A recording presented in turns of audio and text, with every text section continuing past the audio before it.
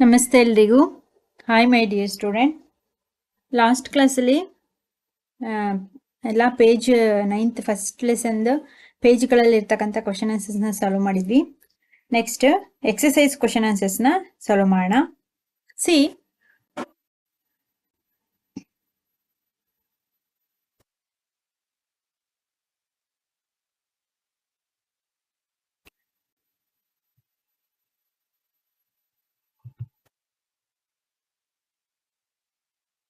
First ನೋಡಿ,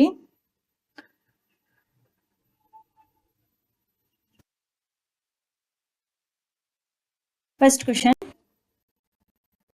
but the following temperature into Celsius scale. ಇಲ್ಲಿ ಕೊಟ್ಟಿರುವಂತಹ ತಾಪವನ್ನು ಸೆಲ್ಸಿಯಸ್ ಸ್ಕೇಲ್ಗೆ ಕನ್ವರ್ಟ್ ಮಾಡಿ. ಕೆಲ್ವಿನ್ನಲ್ಲಿದೆ, ಇದನ್ನು ಸೆಲ್ಸಿಯಸ್ಗೆ ಕನ್ವರ್ಟ್ ಮಾಡಿ ಅಂತ ಕೊಟ್ಟಿದ್ದಾರೆ. ಇದನ್ನು ಪೇಜ್ ನಂಬರ್ 10ನಲ್ಲಿ ಕೊಟ್ಟಿದ್ರು, ಅದರಲ್ಲೂ ಸಾಲ್ವ್ ಮಾಡಿದ್ವಿ. ಏನು ಮಾಡಬೇಕು, ಕೆಲ್ವಿನಲ್ಲಿದ್ದರೆ ಅದನ್ನು 273ಇಂದ ಮೈನಸ್ ಮಾಡಬೇಕು. ಮಾಡಿದ್ರೆ ಎಷ್ಟು ಬರುತ್ತೆ, 300 ಮೈನಸ್ 273 27 ಡಿಗ್ರಿ ಸೆಲ್ಸಿಯಸ್ ಆಗಿ ಕನ್ವರ್ಟ್ ಆಗುತ್ತೆ. 573 ಕೆಲ್ವಿನ್ನ 273ಇಂದ ಕೆಲ್ವಿನಿಂದ ಮೈನಸ್ ಮಾಡಿದ್ರೆ 300 ಡಿಗ್ರಿ ಸೆಲ್ಸಿಯಸ್ ಬರುತ್ತೆ. ಓಕೆ, ಸಿ ಯಾವಾಗಲೂ ಅಷ್ಟೇ, ಕೆಲ್ವಿನಲ್ಲಿ ಕೊಟ್ಟಿರೋದನ್ನು ಸೆಲ್ಸಿಯಸ್ ಕನ್ವರ್ಟ್ ಮಾಡಿದರೆ ಮೈನಸ್ 273 ಮಾಡಿದ್ರೆ ಆಯಿತು. ಅದೇ ಕೆಲ್ವಿನ್ ಕನ್ವರ್ಟ್ ಮಾಡಿ, ಇಲ್ಲಿ ಕೆಲ್ವಿನ್ ಅಂತ ಇತ್ತು ಅಂದರೆ ಪ್ಲಸ್ ಮಾಡಬೇಕು, 273ನ ಇಲ್ಲಿ ಪ್ಲಸ್ ಮಾಡಬೇಕು. ಓಕೆ, ಇದು ನೆಕ್ಸ್ಟ್ ಕ್ವಶನ್ ಅದೇ ಇದೆ. Convert the following temperature into kelvin scale. ಏನು ಕೆಲ್ವಿನ್ ಸ್ಕೇಲ್ ಆಗಿ ಕೊಟ್ಟಿರ್ತಕ್ಕಂಥ, ಇಲ್ಲಿ ಸೆಲ್ಸಿಯಸ್ಸಲ್ಲಿ ಕೊಟ್ಟಿರ್ತಾರೆ. ಸಿ ಇಲ್ಲಿ ನೋಡಿ, ಇದನ್ನು ಕೆಲ್ವಿನ್ಗೆ ಕನ್ವರ್ಟ್ ಮಾಡಬೇಕು. ಏನು ಮಾಡಿದ್ದಾರೆ ನೋಡಿ, ಇಲ್ಲಿ 25 ಡಿಗ್ರಿ ಸೆಲ್ಸಿಯಸ್ ಇದು 0 ಅನ್ನೋದು ಇಲ್ಲಿ ಸಣ್ಣದಾಗಿ ಮೇಲೆ ಬರಬೇಕು, ಬಂದಿದೆ 250 ಅಲ್ಲ, ಅದು 25 ಡಿಗ್ರಿ ಸೆಲ್ಸಿಯಸ್ ಪ್ಲಸ್ 273 ಆ್ಯಡ್ ಮಾಡಿದ್ರೆ ಎಷ್ಟು ಬರುತ್ತೆ, 293 ಕೆಲ್ವಿನ್ ಆಗುತ್ತೆ. ಅದೇ ಥರ 373 Celsius degree Celsius plus 273 kelvin ಅದಕ್ಕೆ ಆ್ಯಡ್ ಮಾಡಿದ್ರೆ 646 ಕೆಲ್ವಿನ್ ಆಗುತ್ತೆ. ಓಕೆ, ಕ್ವಶನ್ ನಂಬರ್ 3 ನೋಡೋಣ. Give reasons for the following observations. ವೈಜ್ಞಾನಿಕ ಕಾರಣವನ್ನು ಕೊಡಿ ಅಂತೇಳಿ ಹೇಳ್ತಿದ್ದಾರೆ. Naphthalene balls disappear with time without leaving any solid. Naphthalene ball ಇರುತ್ತಲ್ಲ, ಗುಳಿಗೆಗಳು, ಅದೇನಾಗುತ್ತೆ, ಸಮಯ ಕಳೆದಂತೆ ಟೈಮ್ ಆಗ್ತಾ ಆಗ್ತಾ ಏನಾಗುತ್ತೆ, ನಿಶೇಷವಾಗಿ ಮಾಯವಾಗಿಬಿಡುತ್ತಂತೆ ನೋಡ್ತಾ ನೋಡ್ತಾನೆ. ಹೇಗೆ, ಈಗ ಅನಿಲಿನ ಹಾಕೊಳ್ಳಿ ಕೈಗೆ, ನೋಡ್ತಾ ನೋಡ್ತಾ ಅನಿಲ ರೂಪದಲ್ಲಿರುತ್ತೆ, ಎಲ್ಲ ಖಾಲಿನೇ ಆಗಿಬಿಡುತ್ತೆ. ಯಾಕೆ? Naphthalene shows the property of sublimation. What is sublimation? The solid directly goes through and directly converted into gaseous state without going liquid state. Solid ಘನರೂಪದಲ್ಲಿರೋದು ದ್ರವ ರೂಪವನ್ನು ತಲುಪದೇನೆ ಡೈರೆಕ್ಟಾಗಿ ಅನಿಲ ರೂಪವನ್ನು ತಾಳ್ಬಿಡುತ್ತೆ. ಅದನ್ನು ಸಬ್ಲಿಮೇಷನ್ ಅಂತ ಕರಿತೀವಿ, ಓದಿದ್ದೀವಿ. ಕರ್ಪೂರ, ಕ್ಯಾಂಫರ್ ಅದಕ್ಕೆ ಎಕ್ಸಾಂಪಲ್ ಅಂತೇಳಿ, ಲಿಕ್ವಿಡ್ ಆಗೋದೇ ಇಲ್ಲ ಅದು. ಅದೇ ಥರ ನ್ಯಾಪ್ಥಲಿನ್ ಬಾಲು ಸಹ. Evaporation of the naphthalene takes place easily and so it disappears during course of time without leaving a solid. ಆವಿ ಆಗೋದ್ರ ಮೂಲಕ ನ್ಯಾಪ್ಥಲಿನ್ ಬಾಲ್ ಏನಾಗುತ್ತೆ, ಈಸಿಯಾಗಿ ನಮ್ಮ ಕಣ್ಣಿಗೆ ಕಾಣದಾಗೆ ಮಾಯ ಆಗಿ ಹೋಗುತ್ತೆ. ಅದೇ ಥರ ಏನಕ್ಕೆ, ಅದಕ್ಕೆ ಇಷ್ಟೇ answer. Naphthalene shows the properties of sublimation. ಇಷ್ಟು ಬರೆದ್ರೆ ಆಯ್ತು ಆನ್ಸರ್. ಆಯಿತಾ, ಸಬ್ಲಿಮೇಷನ್ನ ಕ್ರಿಯೆಯಿಂದ ಅದು ಆ ಥರ ಮಾಯವಾಗುತ್ತೆ. ಬಿ ನೋಡಿ, we can get the smell of perfume sitting several metres away. ನಾವು ತುಂಬ ದೂರ ಮೀಟರಲ್ಲಿ ಕೂತಿದ್ರು ಸಹ ಯಾರಾದರೂ ಪರ್ಫ್ಯೂಮ್ ಹಾಕ್ಕೊಂಡಿದ್ರೆ ಅದು ಆ ಸ್ಮೆಲ್ ನಮಗೆ ವಾಸನೆ ಬರ್ತಾ ಇರುತ್ತೆ. ಹೇಗೆ? Perfume vaporise very fast. Perfume ಬೇಗ ಆವಿಯಾಗಿ ಹೋಗುತ್ತೆ. It vapours diffuses into air easily. ಗಾಳಿಯಲ್ಲಿ ಬೇಗ ವಿಸರಣೆಗೊಳ್ಳುತ್ತೆ, ಡಿಫ್ಯೂಸಸ್ ಆಗುತ್ತೆ. ಅದರ ಕಣಗಳೇನಾಗುತ್ತೆ, ಬೇಗ ಎಲ್ಲ ಕಡೆ ಹರಡ್ಕೊಂಡ್ಬಿಡುತ್ತೆ. That's why we can call perfume sitting several metres away. Diffuse in air easily ಇದರ ಆನ್ಸರ್. ವೇಪರ್ಸ್, ಪರ್ಫ್ಯೂಮ್ದು ವೇಪರ್ಸ್ ಏನಿರುತ್ತೆ, ಅವುಗಳ ನೀರಿನ ಹನಿಗಳು ಅಥವಾ ಅವುಗಳ ಒಳಗಿರ್ತಕ್ಕಂಥ ಅನಿಲದ ಕಣಗಳು ಬೇಗ ಎಲ್ಲ ಕಡೆ ಗಾಳಿಯೊಂದಿಗೆ ಬೇಗ ವಿಸರಣೆಗೊಳ್ಳುತ್ತೆ, ಡಿಫ್ಯೂಸ್ ಆಗುತ್ತೆ ಅಂತ. ಓಕೆನಾ? C fourth question. Arrange the following in increasing order of forces of attraction between the particles ಅಂತೇಳಿ. ಅಂದರೆ ಇವುಗಳ ಏನು, ಕಣಗಳ ನಡುವೆ ಇರ್ತಕ್ಕಂತಹ ಆಕರ್ಷಣಾ ಬಲ ಅವುಗಳ ಕಣಗಳ ನಡುವೆ ಎಷ್ಟು ಆಕರ್ಷಣಾ ಬಲ ಇದೆ, attraction of force between the particles. ಅವುಗಳ ಏರಿಕೆ ಕ್ರಮದಲ್ಲಿ ಜೋಡಿಸಿ ಅಂತ ಕೊಟ್ಟಿದ್ದಾರೆ. ಇಲ್ಲಿ ನೋಡಿ, force of attraction between the particles. Force of ಅಟ್ರಾಕ್ಷನ್ನು ಏರಿಕೆ ಕ್ರಮದಲ್ಲಿ ಯಾವುದು ಜಾಸ್ತಿ ಇದೆ ಅದು ಲಾಸ್ಟಿಗೆ ಬರಬೇಕು, ಕಡಿಮೆಯಿಂದ ಜಾಸ್ತಿಗೆ ಏರಿಕೆ ಕ್ರಮದಲ್ಲಿ. ಫೋರ್ಸ್ ಆಫ್ ಅಟ್ರಾಕ್ಷನ್ ತುಂಬ ಕಡಿಮೆ ಇರೋದು ಯಾವುದರಲ್ಲಿ? ಆಕ್ಸಿಜನ್ ಅಂದರೆ ಅನಿಲದಲ್ಲಿ, ಗ್ಯಾಸಲ್ಲಿ. ನೆಕ್ಸ್ಟು ತುಂಬ ಸ್ವಲ್ಪ ಪರವಾಗಿಲ್ಲ ಅನ್ನೋದು ಲಿಕ್ವಿಡಲ್ಲಿ, ಅಂದರೆ ಲಿಕ್ವಿಡ್. ಶುಗರಲ್ಲೇನೋ ಸಕ್ಕರೆಯಲ್ಲಿ ಟೈಟ್ ಆಗಿರುತ್ತೆ, ಸ್ವಲ್ಪ ಘನ. ಅಂದರೆ ಇಲ್ಲಿ ನೋಡಿ, ಸಾಲಿಡ್, ಇಲ್ಲಿ ನೋಡಿ ಲಿಕ್ವಿಡ್, ಗ್ಯಾಸ್ ಅಲ್ವಾ? ಇವು ಮೂರನ್ನ ಈ ಥರ ಕೊಟ್ಟಿದ್ದಾರೆ, ಎಕ್ಸಾಂಪಲ್ ಕೊಟ್ಟು ಅಷ್ಟೇ. ಅದಕ್ಕೆ answer oxygen less than water less than sugar, ಈ ಥರ ಏರಿಕೆ ಕ್ರಮದಲ್ಲಿ ಬರೀರಿ. ಇವುಗಳಲ್ಲಿ ತುಂಬ ಲೂಸ್ ಆಗಿರುತ್ತೆ ಕಣಗಳು, ವಾಟರಲ್ಲಿ ಸ್ವಲ್ಪ ಲೂಸ್ ಆಗಿರುತ್ತೆ, ಶುಗರ್ ಘನವಸ್ತು ಇದರಲ್ಲಿ ಟೈಟ್ ಆಗಿರುತ್ತೆ. ಕ್ವಶನ್ ನಂಬರ್ 5 ನೋಡಿ, what is the physical state of water? ಇವುಗಳ ಸ್ಥಿತಿ, ಭೌತ ಸ್ಥಿತಿಯನ್ನು ತಿಳಿಸಿ. ನೀರು 25 ಡಿಗ್ರಿ ಸೆಲ್ಸಿಯಸ್ಸಲ್ಲಿದ್ದರೆ ಅದು ಏನಾಗಿರುತ್ತೆ, ಏನಂತ ಕರೀತಾರೆ? 0 ಡಿಗ್ರಿ ಸೆಲ್ಸಿಯಸ್ಸಲ್ಲಿದ್ದರೆ ಏನಂತಾರೆ, ಯಾವ ಥರ ಇರುತ್ತೆ? 100 ಡಿಗ್ರಿ ಸೆಲ್ಸಿಯಸ್ಸಲ್ಲಿದ್ದರೆ ನೀರನ್ನ ಏನಂತಾರೆ? 25 ಡಿಗ್ರಿ ಸೆಲ್ಸಿಯಸ್ಸಲ್ಲೇನೋ 25 ಡಿಗ್ರಿಯಲ್ಲಿ ಲಿಕ್ವಿಡ್ ಸ್ಟೇಟಲ್ಲಿರುತ್ತೆ, ನೀರಿನ ರೂಪದಲ್ಲಿರುತ್ತೆ. ವಾಟರ್ ಸ್ಟೇಟಲ್ಲಿ 0 ಡಿಗ್ರಿ, 0 ಡಿಗ್ರಿ ಅಂದರೆ ಫ್ರೀಸಿಂಗ್, ಸಾಲಿಡ್ ಅಂದರೆ ಐಸ್ ಆ್ಯಂಡ್ ಲಿಕ್ವಿಡ್, ನೀರಲ್ಲೂ ಇರುತ್ತೆ, ಐಸ್ ಮತ್ತು ಲಿಕ್ವಿಡ್ ಎರಡರಲ್ಲೂ ಇರುತ್ತೆ.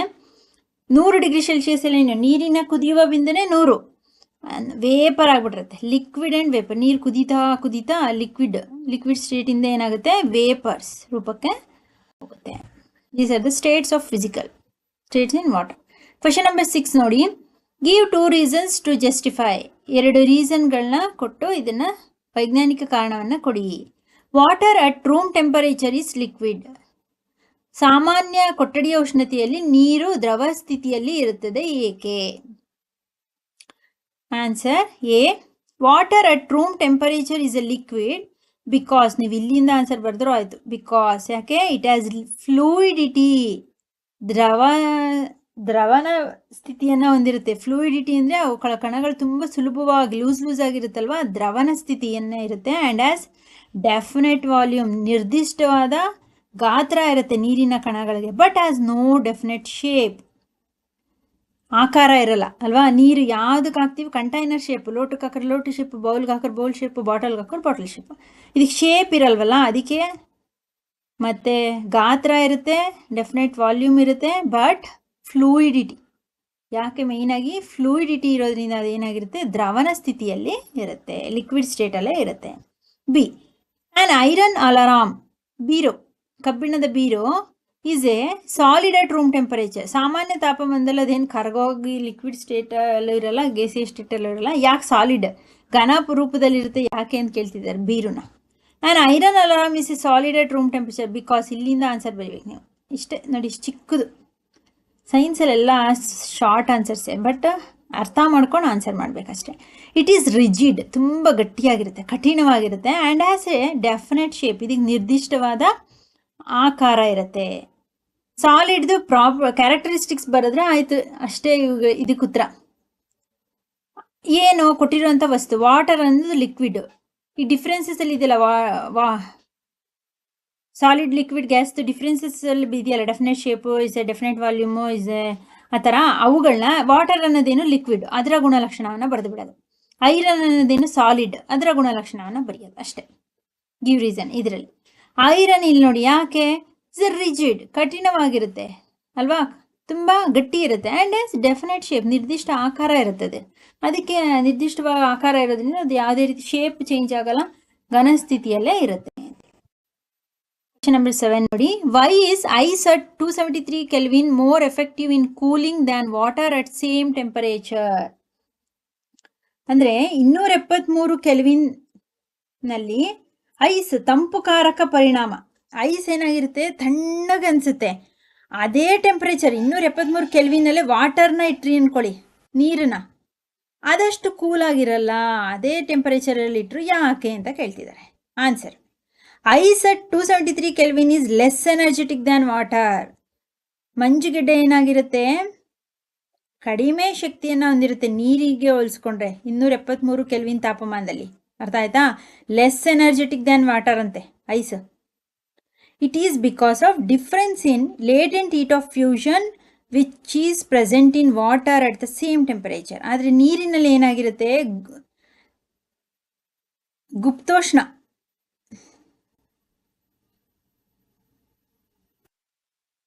ದ್ರವನ ಗುಪ್ತೋಷ್ಣವನ್ನು ನೀರು ಹೊಂದಿರುತ್ತೆ ಅದೇ ತಾಪಮಾನದಲ್ಲಿ. ಅರ್ಥ ಆಯ್ತಾ? ಒಳಗೆ ಅದು ಹಿಡಿದಿಟ್ಕೊಂಡಿರುತ್ತೆ, ಶೋ ಮಾಡಲ್ಲ ಅಂತ. ಗುಪ್ತೋಷ್ಣ ಪಾಠ ಮಾಡ್ಬೇಕಾದ್ರೆ ಓದಿರ್ತೀರ ಅಲ್ವಾ? ಒಂದೇ ಥರ ತಾಪಮಾನ ಕೊಟ್ಟಿರೋದಕ್ಕೆ ಅದು ಹೊರಕ್ಕೆ ಚೆಲ್ಲಲ್ಲ, ಅದರ ತಾಪಮಾನವನ್ನು ಒಳಗೆ ಹಿಡಿದಿಟ್ಕೊಂಡಿರುತ್ತೆ. ನೀರು ಏನನ್ನ ಹೊಂದಿರುತ್ತೆ, ದ್ರವನ ಗುಪ್ತೋಷ್ಣ ಹೊಂದಿರೋದ್ರಿಂದ 273 ಕೆಲ್ವಿನ್ ತಾಪಮಾನದಲ್ಲೂ ಅಷ್ಟು ನಮಗೆ ಕೂಲ್ ಅನ್ಸಲ್ಲ. But in the form of extra energy, ಅದಕ್ಕೆ ಹೆಚ್ಚಿನ ಶಕ್ತಿಯನ್ನು ಹೊಂದಿರುತ್ತೆ ನೀರು. ಆಯ್ತಾ? ಕ್ವೆಶನ್ ನಂಬರ್ 8 ನೋಡಿ. What produces more severe burns, boiling water or steam? ಯಾವುದು ಹೆಚ್ಚು ಹಾನಿಯನ್ನು ಉಂಟು ಮಾಡುತ್ತೆ, ಗಾಯ ಉಂಟು ಮಾಡುತ್ತೆ, ಕುದಿಯೋ ನೀರೋ ಸ್ಟೀಮ್ ಅಬೇನೋ ಅಂತ. Answer, steam produces more severe burns than boiling point. ಅಬೆ ತಮಗೆ ತಾಗಿದ್ರೆ ಹೆಚ್ಚು ಹಾನಿಯನ್ನು ಉಂಟು ಮಾಡುತ್ತೆ ಅಂತೆ ಬಾಯ್ಲಿಂಗ್ ವಾಟರ್, ಕುದಿಯೋ ನೀರಿಗೆ ಹೋಲಿಸ್ಕೊಂಡ್ರೆ. ಹೇಗೆ? ದಿಸ್ ಈಸ್ ಬಿಕಾಸ್, ಇಲ್ಲಿಂದ ಆನ್ಸರ್ ನೀವು ಅಷ್ಟೊಂದಿದೆ ಅನ್ಕೊಂಬೇಡಿ. Steam has more energy than boiling water. ಅಬೆ ಹೆಚ್ಚು ಶಕ್ತಿಯನ್ನು ಹೊಂದಿರುತ್ತೆ ಕುದಿಯುವ ನೀರಿಗಿಂತ. 1 ಪಾಯಿಂಟ್ ಕಾಮ ಹಾಕಿದಲ್ಲ, 1 ಪಾಯಿಂಟ್ ಮಾಡ್ಕೊಳ್ಳಿ. Present in it in the form of latent heat of vaporisation. ಅದ್ರ ಜೊತೆಗೆ ಇದಕ್ಕೆ ಯಾವ ಗುಣ ಇರುತ್ತೆ ಅಬೆಗೆ? ಆವೀಕರಣ ಗುಪ್ತೋಷ್ಣ. ಇಲ್ಲಿ ನೋಡಿ, ಲೇಟೆಂಟ್ ಹೀಟ್ ಆಫ್ ವೇಪರೈಸೇಷನ್ ಅಂದರೆ ಆವೀಕರಣ ಗುಪ್ತೋಷ್ಣವನ್ನು ಹೊಂದಿರೋದ್ರಿಂದ ಅದು ಹೆಚ್ಚು ಶಕ್ತಿ ಅಬೆಯಲ್ಲೇ ಇರೋದ್ರಿಂದ ಅದು ನಮಗೆ ತಾಗಿದ್ರೆ ಬೇಗ ಗಾಯ ಉಂಟಾಗುತ್ತೆ. ಅರ್ಥ ಆಯ್ತಾ? ಅಷ್ಟೇ. ಕ್ವೆಶನ್ ನಂಬರ್ 9 ನೋಡಿ. Name ABCDEF following diagram for the change state. ಹೇಗೆ ಅವುಗಳ ಸ್ಥಿತಿ ಬದಲಾವಣೆ ಆಗುತ್ತೆ ಅನ್ನೋದನ್ನು ತೋರಿಸಿ ಅಂತ. ನೋಡಿ, ಏನು ಇಲ್ಲಿ ಸಾಲಿಡ್ ಟು ಲಿಕ್ವಿಡ್ ಇದೆ. ಸಾಲಿಡ್ ಟು ಲಿಕ್ವಿಡ್ ಇದ್ರೆ, ಸಾಲಿಡಿಂದ ಲಿಕ್ವಿಡ್ಗೆ ಆಯಿತು ಅಂದರೆ ಏನಾಯಿತು ಅಂದರೆ ಐಸು ಕರಗಿ ನೀರಾಯಿತು ಅಂದರೆ ಅದನ್ನು ಮೆಲ್ಟಿಂಗ್ ಅಂತ ಕರೀತಾರೆ. ಅದೇ ಥರ ಬಿ ನೋಡಿ, ಲಿಕ್ವಿಡ್ ಟು ಗ್ಯಾಸ್. ಲಿಕ್ವಿಡಿಂದ ಗ್ಯಾಸ್ ಆಯಿತು ಅಂದರೆ ಏನಂತಾರೆ ಅದನ್ನು ಅಂದರೆ ನೀರು ಕುದ್ದು ಚೆನ್ನಾಗಿ ಆವಿಯಾಗೋದ್ರೆ ಅದನ್ನು ಬಾಯ್ಲಿಂಗ್ ಅಂತ ಹೇಳಿ ಕರೀತಾರೆ. ಅಷ್ಟೇ ನೋಡಿ, ಎಷ್ಟು ಚೆನ್ನಾಗಿ ಆನ್ಸರ್ ಮಾಡೋ ಥರ ಕೊಟ್ಟಿದ್ದಾರೆ. C, gas to liquid. Gas ಇದ್ದಿದ್ದು ಲಿಕ್ವಿಡ್ ಆಯಿತು ಅಂದರೆ ಏನು? ಕಾಂಡೆನ್ಸೇಷನ್ ತಿಳಿ ಕೊಟ್ಟಿದ್ದಾರೆ. ಡಿ, ಉಲ್ಟಾ, ಲಿಕ್ವಿಡ್ ಇಂದ ಸಾಲಿಡ್ ಆಯಿತು.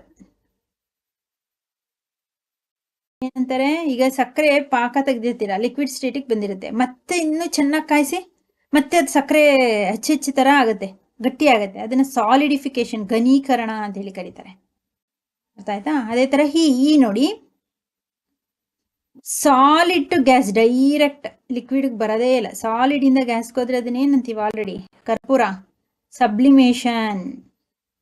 ಅದೇ ಥರ ಎಫ್ ಅದು ಅದೇನೆ, ಗ್ಯಾಸ್ ಟು ಸಾಲಿಡ್ ಆಯಿತು ಅಂದರೆ ಅದನ್ನೇನಂತೀವಿ? ಇದು ಸಹ ಸಬ್ಲಿಮೇಷನ್. ಸಾಲಿಡ್ ಟು ಗ್ಯಾಸ್ ಆದರೂ ಸಬ್ಲಿಮೇಷನ್ನೇ, ಗ್ಯಾಸ್ ಟು ಸಾಲಿಡ್ ಆದರೂ ಸಬ್ಲಿಮೇಷನ್. ಆಯ್ತಾ? ಇದಿಷ್ಟು first lesson matter in our surroundings ಲೆಸನ್ದು ಎಕ್ಸಸೈಸ್ ಕ್ವೆಶನ್ ಆನ್ಸರ್ಸ್ ಸಾಲ್ವ್ ಮಾಡಿರೋದು. ಇದ್ರ ಜೊತೆಗೆ ಪೇಜ್ ನಂಬರ್ 3 ಇದು ಆ್ಯಡ್ ಮಾಡ್ತೀನಿ. ಅದರಲ್ಲಿರ್ತಕ್ಕಂಥ ಕ್ವೆಶನ್ ಆನ್ಸರ್ನು ಸಾಲ್ವ್ ಮಾಡಿ ಅದಕ್ಕೆ ಆನ್ಸರ್ಸ್ನ ತಗೊಳ್ಳಿ. ಸಿ, ಪೇಜ್ ನಂಬರ್ 3 ಇರ್ತಕ್ಕಂತಹ first question, which of the following are matter. ಇಲ್ಲಿ ಕೆಲವೊಂದು ಮ್ಯಾಟರ್ಸ್ನ ಅವರೇ ಕೊಟ್ಟಿದ್ದಾರೆ. ಅದರಲ್ಲಿ ದ್ರವ್ಯಗಳು ಅಂದರೆ ಮ್ಯಾಟರ್ ಅನ್ನೋದು ಇದರಲ್ಲಿ ಯಾವುದು ಅಂತೇಳಿ ನೀವು ಐಡೆಂಟಿಫೈ ಮಾಡಬೇಕು. ಚೇರ, ಹೇರ್ ಅಂದರೆ ಕುರ್ಚಿ, ಗಾಳಿ, ಲವ್ ಪ್ರೀತಿ, ಸ್ಮೆಲ್ ವಾಸನೆ, ಹೇಟ್ ದ್ವೇಷ, ಆಲ್ಮಂಡ್ಸ್ ಬಾದಾಮಿ, ಥಾಟ್ ಮಾತು, ಕೋಲ್ಡ್ ತಂಪಾದ ವಾತಾವರಣ, ಕೂಲ್ ಡ್ರಿಂಕ್ಸ್ ತಂಪು ಪಾನೀಯ, ಸ್ಮೆಲ್ ಆಫ್ ಪರ್ಫ್ಯೂಮ್ ವಾಸನೆ, ಸುಗಂಧ ದ್ರವ್ಯದ ವಾಸನೆ. ಯಾವ್ದ್ಯಾವ್ದು ಇದರಲ್ಲಿ ಮ್ಯಾಟರ್ ಆಗುತ್ತೆ? ಮ್ಯಾಟರ್ಗಳು, ದ್ರವ್ಯಗಳು ಯಾವುದು? ಫಸ್ಟ್ ಆಫ್ ಆಲ್ ಮ್ಯಾಟರ್ ಅಂದರೆ ಏನು ಹೇಳಿ? ಮ್ಯಾಟರ್ ಅಂದರೆ they have A definite shape and which occupy space. ಯಾವುದು ತನ್ನ ನಿರ್ದಿಷ್ಟವಾದ ಆಕಾರವನ್ನು ಹೊಂದಿರುತ್ತೋ ಮತ್ತು ಸ್ಥಳವನ್ನು ಆಕ್ರಮಿಸ್ಕೊಳುತ್ತೋ ಅದನ್ನು ನಾವೇನಂತ ಕರಿತೀವಿ? ಮ್ಯಾಟರ್ ಅಂತ ಕರಿತೀವಿ. ಇದರಲ್ಲಿ ಯಾವುದೆಲ್ಲ ಆ ಥರ ಗುಣಲಕ್ಷಣಗಳಿದೆ ನೋಡಿ. Occupy space and have mass, shape, ರಾಶಿ it's called a matter. Matter can exist in physical state. ಅದಕ್ಕೆ ತನ್ನದೇ ಆದ ಭೌತ ಗುಣಲಕ್ಷಣಗಳು, ಭೌತ ಸ್ಥಿತಿಗಳು 3 ಇದೆ. ಯಾವ್ದ್ಯಾವುದು? ಸಾಲಿಡ್ ರೂಪದಲ್ಲಿ ಇರಬೇಕು, ಇಲ್ಲ ಲಿಕ್ವಿಡ್ ರೂಪದಲ್ಲಿ ಇರಬೇಕು, ಇಲ್ಲ ಗೇಷಿಯಸ್ ರೂಪದಲ್ಲಿ ಇರಬೇಕು. ಹಾಗಾದ್ರೆ chair and almond are form of a matter in solid state. ಇಲ್ಲಿ ಸಾಲಿಡ್ ಸ್ಟೇಟ್ ಅಲ್ಲಿ ಇರ್ತಕ್ಕಂತಹ 2 ಮ್ಯಾಟರ್ ಯಾವುದು? ಅವ್ರು ಕೊಟ್ಟಿರೋದ್ರಲ್ಲಿ ಚೇರ್ ಮತ್ತೆ ಆಲ್ಮಂಡ್. ಓಕೆನಾ? ಅದೇ ತರ cool drinks is A liquid state of matter. ಇಲ್ಲಿ ಕೊಟ್ಟಿರ್ತಕ್ಕಂತಹ ಮ್ಯಾಟರ್ ಅಲ್ಲಿ ಕೂಲ್ ಡ್ರಿಂಕ್ಸ್, ತಂಪು ಪಾನೀಯ ಅನ್ನೋದು ಲಿಕ್ವಿಡ್ ಸ್ಟೇಟ್ಗೆ, ದ್ರವ ಸ್ಥಿತಿಗೆ ಒಂದು ಉದಾಹರಣೆ. Air and smell of perfume, ಗಾಳಿ ಮತ್ತೆ ಸುಗಂಧ ದ್ರವ್ಯದ ವಾಸನೆ, ಇದು ಅನಿಲ ಸ್ಥಿತಿಗೆ ಎಕ್ಸಾಂಪಲ್. ಉಳಿದಂತೆ ಇನ್ನಿನ್ನೇನು ಯಾವುದು ಬರಲ್ಲ. ಲವ್, ಪ್ರೀತಿ, ಅದಕ್ಕೆ ಯಾವುದೇ ಶೇಪ್ ಇಲ್ಲ ಮತ್ತೆ ಸ್ಥಳವನ್ನು ಆಕ್ರಮಿಸ್ಕೊಳ್ಳಲ್ಲ. ಸ್ಮೆಲ್ಲು ವಾಸನೆಗೂ ಅಷ್ಟೇ, ಏಟ್ ದ್ವೇಷಕ್ಕೂ ಅಷ್ಟೇ, ಥಾಟ್ ಮತ್ತೆ ತಂಪಾದ ವಾತಾವರಣ, ಇಷ್ಟು. ಓಕೆನಾ? Note, the sense of smell is not a matter. ಕೊಟ್ಟಿದ್ದ ನೋಡಿ, ಇದು ಒಂದು ಮ್ಯಾಟರ್ ಅಲ್ಲ, ದ್ರವ್ಯ ಅಲ್ಲ. However the smell or odour of a substances is classified as matter. ಆದರೆ ಓಡರ್ ಅಂದ್ರೆ ವಾಸನೆ, ಸ್ಮೆಲ್ ಅಂದ್ರೆ ವಾಸನೆ. ಇದನ್ನ ನಾವು ದ್ರವ್ಯದ ವಸ್ತುಗಳಲ್ಲಿ ವಿಭಾಗ ಮಾಡಿದೀವಿ. ಹೇಗೆ? The smell of any substances, say perfume, is the gaseous form of that substances which our olfactory system can detect even at very low concentration. Hence the smell of perfume is a matter. ಅಂದ್ರೆ ಅದರಲ್ಲಿ low volatile of substances ಇರುತ್ತೆ. ಅದಕ್ಕೆ perfume ಮಾಡೋದಕ್ಕೆ solid substances ಒಂದು ಸ್ವಲ್ಪ ಹಾಕಿರ್ತೀವಿ ಅಲ್ವಾ? So ಹಾಗಾಗಿ ಏನಾಗಿರುತ್ತೆ, ಅದರಲ್ಲಿ some volatile substances in air, ವಾತಾವರಣದ ಸಮ್ ವೋಲಟೈಲ್ ಸಬ್ಸ್ಟೆನ್ಸಸ್ ಇರುತ್ತೆ. ಸೊ ಹಾಗಾಗಿ ಸ್ಮೆಲ್ ಆಫ್ ಪರ್ಫ್ಯೂಮ್ನ ನಾವು ಮ್ಯಾಟರ್ ಅಂತೇಳಿ ಕನ್ಸಿಡರ್ ಮಾಡ್ತೀವಿ. Okay, let's we go now. Second question, give reason ಇದೆ. Give reasons for the following observation. The smell of hot sneezing food reaches you several meters away, but to get the smell from cold food you have to go close. ಅಂದ್ರೆ hot sizzling food reaches ಅಂದ್ರೆ ಅಡಿಗೆ ಮಾಡಬೇಕಾದ್ರೆ ಮತ್ತೆ ಬಿಸಿಯಾಗಿರ್ತಕ್ಕಂತಹ ಅಡಿಗೆ ವಾಸನೆ ಬೇಗ ನಮ್ಮ ಮೂಗಿಗೆ ತಲುಪುತ್ತೆ. ಅದೇ ತಣ್ಣಗಿರ್ತಕ್ಕಂತಹ ಅಡಿಗೆ ಅಥವಾ ಮಾಡಿಟ್ಟಿರ್ತಕ್ಕಂತಹ ಆಹಾರ ಸ್ಮೆಲ್ ಮಾಡಬೇಕು ಅಂದ್ರೆ ಅದ್ರ ಹತ್ರನೇ ಹೋಗ್ಬೇಕು. ಯಾಕೆ ಅಂತೇಳಿ ರೀಸನ್ ನ ಕೇಳ್ತಾ ಇದ್ದಾರೆ. Answer, solids diffuses at very slow rate. ಘನವಸ್ತುಗಳು ವಿಸರಣೆ ಆಗೋದು, ಹರಡ್ಕೊಳ್ಳೋದು, ಎಲ್ಲಾ ಕಡೆ ಸ್ಪ್ರೆಡ್ ಆಗೋದೇನು ತುಂಬಾ ಕಡಿಮೆ, ಕನಿಷ್ಠ ಮಟ್ಟದಲ್ಲಿ ಡಿಫ್ಯೂಸ್ ಆಗುತ್ತೆ, ವಿಸರಣೆ ಆಗುತ್ತೆ. But if the temperature of solid is increased, ವಾತಾವರಣದಲ್ಲಿ ಏನು, but the temperature of solid, ಘನವಸ್ತುಗಳಿಗೆ ತಾಪಮಾನವನ್ನು, ಉಷ್ಣತೆಯನ್ನು ಕೊಟ್ಟಾಗ increased, then the rate of diffusion of solid particles into air increases. ವಾತಾವರಣದ ಗಾಳಿಯೊಂದಿಗೆ ಏನಾಗುತ್ತೆ, ಘನವಸ್ತುವಿನ ಕಣಗಳು ತಾಪಮಾನ ಕೊಟ್ಟಾಗ ಫಾಸ್ಟ್ ಆಗಿ, ವೇಗವಾಗಿ ವಿಸರಣೆ ಆಗಕ್ಕೆ ಪ್ರಾರಂಭ ಆಗುತ್ತೆ. ಹಾಗಾಗಿ ಬಿಸಿ ಇದ್ದಾಗ ಏನಾಗುತ್ತೆ, ಆ ಕಣಗಳಿಗೆ ಚಲನೆ ವೇಗವಾಗಿರುತ್ತೆ. ಯಾಕಂದ್ರೆ ತಾಪಮಾನ ಕೊಟ್ಟಿರ್ತೀವಲ್ಲ. ಉಷ್ಣತೆಯನ್ನು ಕೊಟ್ಟಾಗ ಆ ಕಣಗಳಲ್ಲಿ ತಾಪಮಾನ ಹೆಚ್ಚಾಗಿ ಏನಾಗುತ್ತೆ, ಫಾಸ್ಟ್ ಆಗಿ ಮೂವ್ ಆಗುತ್ತೆ. ಹಾಗಾಗಿ ನಮ್ಗೆ ಬೇಗ ಆ ಸ್ಮೆಲ್ ತಲುಪುತ್ತೆ. This is due to on increases the kinetic energy of solid particles. ಇದರಿಂದ ಏನಾಗುತ್ತೆ, ಆ ಘನವಸ್ತುವಿನ ಕಣಗಳ ಚಲನಶಕ್ತಿಯು ವೇಗವಾಗಿರೋದ್ರಿಂದ. Hence the smell of hot sizzling food reaches us even at distance. ಎಷ್ಟೇ ದೂರದಲ್ಲಿದ್ರೂ ಬಿಸಿಯಾದ ಅಡಿಗೆ ವಾಸನೆ ನಮ್ಮ ಮೂಗಿಗೆ ತಲುಪುತ್ತೆ. But get the smell from cold food we have to go close. ಆದ್ರೆ ತಣ್ಣಗಿನ ಆಹಾರವನ್ನ ಸ್ಮೆಲ್ ಮಾಡಬೇಕು ಅಂದ್ರೆ ಹತ್ತಿರನೇ ಹೋಗ್ಬೇಕು. ಅಂದ್ರೆ ಅದ್ರ ಕಣಗಳು ಅಲ್ಲೇ ಸ್ಟಾಪ್ ಆಗಿರುತ್ತೆ, ಮೂವ್ ಆಗಲ್ಲ. ಕ್ವೆಶ್ಚನ್ ನಂಬರ್ 3 ನೋಡಿ. A diver is able to cut through water in a swimming pool. Which property of matter does this observation show?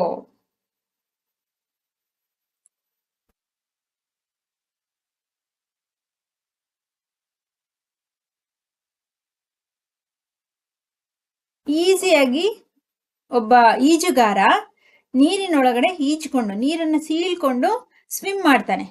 ಈಜುತ್ತಾನೆ. ಹೇಗೆ ಸಾಧ್ಯ ಇದು? ನೀರು ಒಂದು ದ್ರವ್ಯ ಅಲ್ವಾ, matter. Because the ability of diver ಅಂದ್ರೆ ಈಜುಗಾರ to cut through water in swimming pool shows that matter is made up of a particle. ಅಂದ್ರೆ ನೀರಿನ ಕಣಗಳು ಏನು, ನೀರು ಅನ್ನೋದು ಕಣಗಳಿಂದ ಮಾಡಲ್ಪಟ್ಟಿದೆ. Is made up of a particle.